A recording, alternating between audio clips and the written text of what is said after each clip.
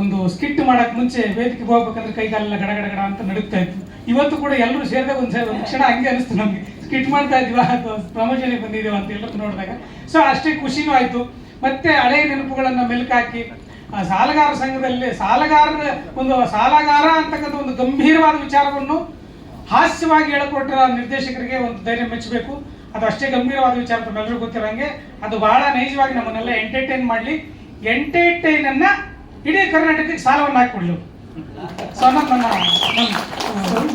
So ಹಾಗಾಗಿ picture ಭಾಳ ಇಷ್ಟ ಆಗುತ್ತೆ ಅನ್ನೋ ನಂಬಿಕೆ ಇದೆ. ಮತ್ತೊಮ್ಮೆ ಖುಷಿ ವಿಚಾರ ಏನಂದ್ರೆ ಎಲ್ಲರೂ ಒಟ್ಟಾಗಿ ಸೇರಿಸಿದ್ದಕ್ಕೆ ಒಂದು ನೆನಪಾಗ್ತಾ ಇದೆ ನನಗೆ. ಫಸ್ಟ್ ಸ್ಕಿಟ್ಟಲ್ಲಿ ನಾನು ಒಂದು ಮಾಡಿದ್ವಿ, KR ಪೇಟೆ ಅವರು ಮತ್ತು ನಮ್ಮ ಲೋಕಿ ಅವರು ಗಂಡ ಹೆಂಡತಿಯಾಗಿ ಮಾಡಿದ್ರು. ಮಧ್ಯದಲ್ಲಿ ನಾನು ಬಂದು ಡಿಸ್ಟರ್ಬ್ ಮಾಡೋದಾಗಿತ್ತು, ಸೂಸೈಡ್. ಅದಾದಮೇಲೆ ದಿವ್ಯನ ಮದುವೆ ಮಾಡೋದಕ್ಕೆ ಇವರೇ ಅಪ್ಪ ಆಗಿ ಬಂದ್ಬಿಟ್ಟು ಅವ್ರನ್ನ ಮದುವೆ ಮಾಡೋದಕ್ಕೆ ದಿವ್ಯನ ಸುಂದರವಾಗಿರೋದನ್ನ ತೋರಿಸಿ ಅವ್ರನ್ನ ಕಟ್ಟಾಕ್ತಾರೆ ನನ್ನ. ಸೊ ಅದಾಗಿತ್ತು. ಉಲ್ಟಾ ಆಗೋದಿಲ್ಲ ನಿಜ ಜೀವನದಲ್ಲಿ. ಅವ್ರು ನೋಡ್ಕೊಂಡ್ ಬಂದ್ಬಿಟ್ಟು ನಾನು ಇವ್ರನ್ನ ಮದುವೆ ಬಿಟ್ಟೆ. ಸೊ ಹಾಗಾಗಿ